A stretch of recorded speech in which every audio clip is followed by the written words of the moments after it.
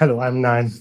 I am a PhD student in the National Center for Biological Sciences of the Tata Institute of Fundamental Research, and I work on the origin of life problem. So you said currently you're working on the origin of life problem. Yes. Could you help us understand this a little better? Yes, definitely. Yeah. So the question is very broad, which usually people have been asking for centuries, and even before science was there, like in philosophy, religion, and other ways of life throughout. So basically, the broad part of the question is uh, how did we come about? Which literally means how does things which are alive exist? So that's one of the oldest questions. And these days, modern science tries to answer that question within its limitations. But as far as we know, there is no life elsewhere. Like we have been searching for life everywhere outside Earth for quite some time. So people are always intrigued. How did life originate on Earth? So that's like the origin of life problem. And there are many ways to go about thinking and even trying to answer that question. It's a broad question, and it's a question that may not be even solved because the exact way to know how life may have originated on Earth would be to go back in time to see when life came up on Earth, but we can't really go back in time. And we have some fossil evidences which tells life started billion years after Earth formed. So we have certain evidence from the rocks, rocks even in like Karnataka and Telangana has some of the oldest rocks in our solar system. This we know from dating those rocks, radioactive dating, to know at what time these rocks formed. And some of these rocks are as old as the solar system itself, because our Earth formed at some point, which is around 4 to 3 billion years ago, the Earth formed. And once the Earth formed, it was very hot, extremely hot. There were no oceans, there was no atmosphere. It was not habitable. The sun was very hot at that time also. And then slowly, as years passed by, thousands of years, millions of years passed by, the planets cooled down. Earth was one of the planets which cooled down, and it formed oceans. So we had lots of oceans in Earth, and we had one full continent at that time. The continents did not split at that time. It's called Pangaea, like in history. So and Pangea or Pangaea, however we want to pronounce it. And then the Earth cooled down. It formed oceans, and it also formed an atmosphere over time. And some of the oldest fossils of microorganisms go as back as like 3 billion years ago. And so this gives roughly like 500 million years time or a billion years time from the formation of Earth to the formation of life, which is an enigma because we still don't know how life really started on Earth, and then what followed to give rise to, from bacteria to like more complex creatures up to, let's say, human beings also till modern day.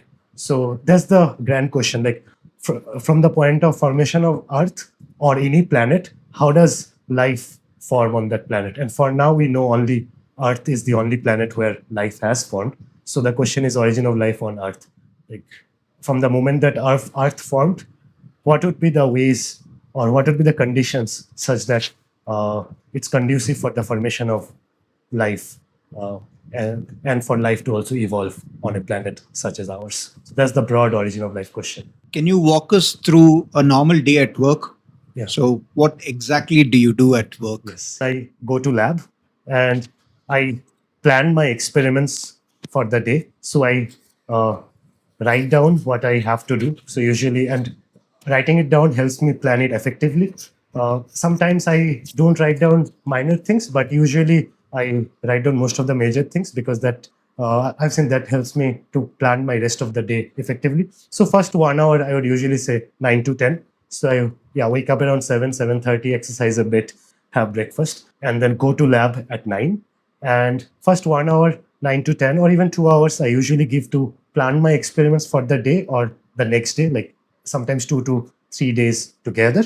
And I write down what I have to do, which are usually experiments. And then around 10:30, 11, I then go to my bench where usually all the experiments are done. Every student has a designated bench where all the requirements, the materials for doing the experiments are kept. So usually in my case, since I'm working on experiments in origin of life, I try to simulate early Earth conditions in a controlled setting within the laboratory.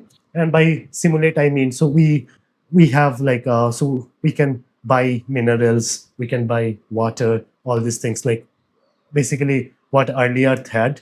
Early Earth had water, it had soil under the water, so oceans, and there were minerals which were dissolved in this water. So we get all these minerals, water, and then we make mixtures. Basically, make mixtures of these minerals in water in different ratios and combinations because we don't really know how it would have been done in early Earth because there is no controlled environment. Things are just getting mixed. Everything is turbulent. And then I also use certain carbon source because life is based on carbon as life we know on Earth. And water is fine, but water does not have carbon. And water is where life originated. Minerals are also important source for origin of life, dissolved minerals in the water. But minerals are also not carbon. Minerals are rocks and metals. They have phosphates, nitrates, and all the other things that's required for life. And then as a carbon source, we use uh, different things. So sometimes I use, so basically on early Earth, certain carbon sources that are present would have been carbon dioxide, methane, like basically gases in dissolved form, which would be present. So some of these things are also used, and then we mix them. So on the bench, I'm just creating smaller versions of these mixtures that probably Earth would have uh, created billions of years ago. And we do it in small glass vessels. So we don't have large capacity. We just have small glass vessels in which we mix water, minerals, carbon source in various ratios, and then we heat them. Because earlier it was also going through heating and cooling, like throughout the day, night, because of volcanic activity, very high temperatures it goes through, and sometimes it goes to very low temperatures again. So cycling the temperature. So I mix all these things in small containers, and then I put them on heating bath to heat. And sometimes we expose it to light also. So we shine light on it because earlier it also had sunlight. So we shine light on these mixtures. We also heat them, cool them. So we take these mixtures through different environmental conditions, what you would like to call. Like sometimes we mix them heavily, sometimes we don't mix them that much. Sometimes we heat them a lot, sometimes we cool them a lot, sometimes we shine light on them. And then afterwards, so this is the experiment, mix these chemicals in the bench and then take them through different environmental conditions. And then afterwards, test these systems to see any signatures of life, what you call signatures of life.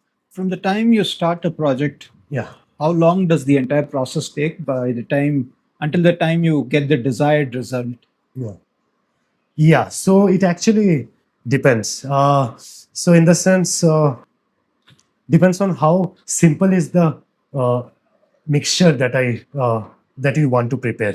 So I usually prepare mixtures which are very simple. So first of all, the project has a set deadline. So I have to keep that in mind when I plan my experiments. My program is also 5 years, and now the thing is I have to plan my experiments keeping in mind like it should be within that timeline. So my boss, usually my PhD advisor, his name's Shashi Thotapalli. He's a professor here at NCBS at the institute in which I'm working, and he usually helps me in planning these experiments because that's where his expertise comes in. Also, he has gone through the process. He knows which projects may be too ambitious, which projects may not be feasible also to do also. So initially, I think all kinds of interesting and open-ended projects, but then I talk with my advisor, PhD advisor, and then some of these projects gets more well-rounded. For example, I can walk you through what I have done. So first year, usually students are not involved in much research because they are going through their coursework. These are like advanced coursework, either after bachelor's or after master's. like both of them do the same coursework. There are certain requirements, official requirements to get the degree. So first year usually is mostly coursework heavy, and that's mostly like another bachelor's program or a master's program, like an undergrad or a uh, postgrad program. But and so, but after that, the research usually starts after the first year. So from second year, I started a project, and I ended up doing two independent projects during my PhD. So first project took around the first 2 years, and the second project the next 2 years. So that's kind of the timeline in which my projects were divided into. Why did you decide this line of work? So I grew up in a household with like lots of books. I would say lots of books across the spectrum, and I was always interested in just learning and knowing stuff across fields. Through some of my private tutors, I got interested in science. I was equally interested in literature also, but I started enjoying science for the first time because some of my teachers who taught me in school and also private tuitions, some of the teachers who taught me, they really did nudge, or I would say even opened up the curiosity angle, because I knew I was always curious, but I didn't know what I was curious enough to pursue. Some of my teachers really opened up my curiosity, yeah, towards science, because I could see that in terms of most of the things we see around us, like most of the objects we see around us that have been engineered, or even like most of the things around us, it's at some point people really figured out how to make such things in some laboratory. We may not even know about them, but even like from everything from making clothes to bottles to mobile phones and computers, now everything is made by the industry. And even the start of that, there are always some researchers who were in some laboratory who were curious enough to solve a problem.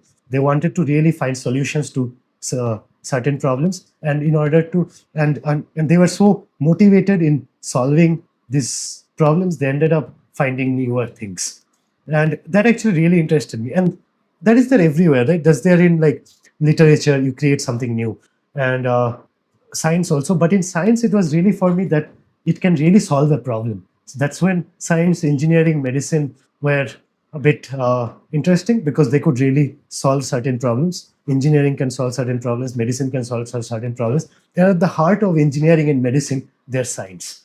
Did your parents oppose to you taking this stream of education, or were they supportive? Growing up in a joint family and also in a neighborhood where many of the kids in the neighborhood, my seniors, people, the kids whom I used to play with when in the neighborhood, many of them joining engineering and medicine. So I think my parents were also part of that large group that pushes towards engineering and medicine. And there were lots of fights in the beginning, and then later on fights became more like into like friendly, and they're like, yeah, like just talking normally. Like they also want to know what I want to do, I also want to know what they are thinking. Why are they thinking I should do engineering? It's mainly because of the jobs. They feel like, from all the conversations I have had, it's mostly because of the jobs that my parents at least felt like, yeah, the security, job security, I would say. They were like, okay, all right, so you can do bachelor's, go for an undergrad program, some good undergrad program in the country. You can go for it, and we will support you.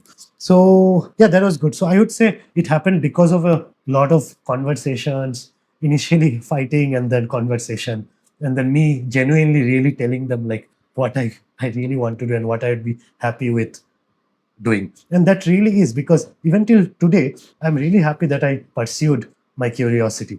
And I can really say it, even if I don't do any job, I would just teach. I mean, and it's totally fine. I can and it's I can earn a living with teaching, and I know I can be like one of my teachers who really opened up my curiosity quite early on, and that curiosity stays for me even now.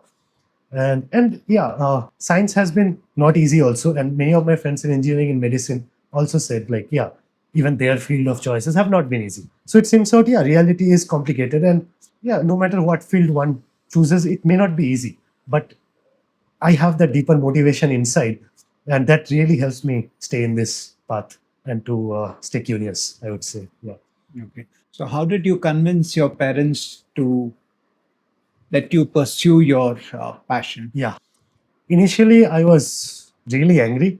How can my parents not see my decision? And they were also very angry. How can I not listen to them? And it used to be like fights, heavy fights. I would be like, I don't want to eat. And they would be like, no, how can you not eat? You have to eat. And yeah, there just like all kinds of fights used to happen. I would throw tantrums. I'd be like, yeah, I don't want to talk with you. And then again, but I would talk with them. It was complicated because we love our parents and they love us. And this is extremely like, and here no one is agreeing with each other. I'm saying I want to do this. I want to do science. I want to study undergrad, basic sciences. I want to study the basic sciences. They're like, no, you have to do medicine primarily and engineering, if not medicine. So they're like, no, you have to do medicine. It's fine. You're interested in sciences. You have to do medicine. That's why all this private tuition. That's why all this coaching. That's why all these teachers and all the schooling and everything. You can't just do it. And that's why we know because your job, you will be better. So they used to tell me, like, I understand their arguments. They used to tell me, like, once 5 years from now, if you have a job, you will be happy and look back that, yeah, my parents did not listen to my decision and I listened to my parents' decision. And I ended up doing, let's say, medicine. And now I have a job somewhere. And but I may not be happy, right? I used to tell them that. So I used to, so I always had like, because I understand their point. I'm like, yeah, a job, but I may not be happy doing their job, right? And and in the beginning, the discussions were all filled with like anger, rage, and yeah, I used to get a lot of scolding, and I used to throw tantrums also, like I won't eat, yeah, I won't talk to you, the same things. But then over time, I to me it became easier when I used to talk with them in a calm and cool manner. And also they used to talk with me also in a calm and cool manner. So that's what actually seemed to be easier. I could tell my ideas, and when I really used to like request, like literally, I used to plead. I'm like, yeah, like, can't you see I'm so interested in this, and that's why I study this. Because I have been telling you many of my conversation with my dad and my mom is throughout the years used to be about, like, especially during class 9, 10, 11, 12, about how so much I'm interested in this, trying to like what I'm interested in really. And it can be anything that one is interested in. One can be deeply interested in music. One can be deeply passionate about art, and one can be deeply interested about literature. But for me, what I was deeply interested in is about sciences, and that's really the reason I chose sciences in class 11, 12. Not really because of engineering or medicine, because yeah, okay, if one is interested in engineering medicine, they have to go through sciences. They can't go through arts or commerce. But my reason of choosing sciences is deeply I'm interested about it, literally interested about it, so much interested about it. And at that time, after all the anger discussions, I used to tell them, like, and many times I used to cry. I just used to cry and I used to tell them, can't you see I'm like so motivated about this? Even if I don't have a job, I'll be happy. And don't you want me to be happy? So I've seen over time, from conversations which were anger driven and raging to conversations, and those were not really conversations also. They were like going against each other. That did not help. And usually that does not help also, I've seen, even for some of my cousins too. But when we would talk, sometimes when we are relaxed, both me and my dad, maybe we are eating dinner and maybe we are just lying down and talking to each other in a much more relaxed manner, and bring up this topic and try to talk about the same topic. We try to talk about the same topic in a much more relaxed manner and tell our opinions clearly. And our opinions may not be the same, and it actually bridges the gap. I see. Anger did not help. Yeah, and slowly talking in a very calm and peaceful manner and trying to understand. I also try to understand what my dad is saying, what my mom is saying, and they also over time they try to understand what I am saying, and then coming to a, I would say, kind of a middle ground that really helped me. And for me, it was really better because they really, after a point, they just understood. They also used to talk among themselves, conversation on which I was not a part of. So I was in class 12, so I was 17 years old. I did not know enough, and they had much more understanding. And over time, these kind of conversations, I think, helped. And over time, they became very accommodating. Like, few months, they were not raging a lot. They were not angry at me. They were like, okay. They took me to various places and to talk with engineers, doctors, and people who studied and are professors in basic sciences, physics professors, maths professors, chemistry professors I met, bio faculties I met. So, and that they did because they actually wanted to obtain more information for me and them. They did not have to do that. They could have just sent me to engineering or whatever. I would not have a choice. I guess they also wanted to know more about what different fields have and is there really a career option, because their son is now interested in that. He's passionate about that. Is there really a career option? I guess they also wanted to know. But those conversations really help. So talking with other people who are in the field, I think made my parents also understand a bit more. And over time, they were supportive of me. Yeah. How are your parents today? Are they happy with how your career has progressed? My parents are really supportive now. Yeah, extremely supportive. Both mom and dad. So I guess it turned out really well. Saying that they are concerned still about me getting a job. That concern is still real. Okay. So, and because the thing with basic sciences is it takes a long time to get a job, really, really long time. And it's not also not clear because there's no job after undergrad. There's no direct job after undergrad. One can do a postgrad, masters after bachelor's, and after that one can get some job. After undergrad also it's very hard to get a job. Masters also it's possible, but given what I want to do, I really want to be a like a professor. I want to be a faculty somewhere so that I can have my own research program, and I can start my own research program and I can teach students and make them curious, how some teachers made me curious. For that the path is long. I have to finish. So I have to finish undergrad. One is to finish undergrad, then do masters. After that, do a PhD, like which is a doctorate in sciences. So do a PhD in this case, and then sometimes one can become a faculty, or one has to go for a something called postdoctorate. So yeah, so this again 2 3 years. So this is like a long time, as you see. So like really, really I'm currently a bridging postdoctorate at my institute. Like I submitted my thesis and I'm waiting. I'm applying for postdoctorates in across different universities and abroad. So, but then again, I'm getting ready for the next 3 years. And this is like after studying for, I would say like 10 years plus, 10 plus years. Still not a job, right? And yeah, so my parents are worried because they're like close to 80. They would really like to see me get a job. My dad sometimes, they are worried, but they are supportive, and they are not really angry. That emotion has gone off completely sometimes, and they don't have regret also. They tell me, so we talk about it openly. So yeah, they don't have any regrets because I am happy and they see me doing well. What they only want is they're just a bit worried.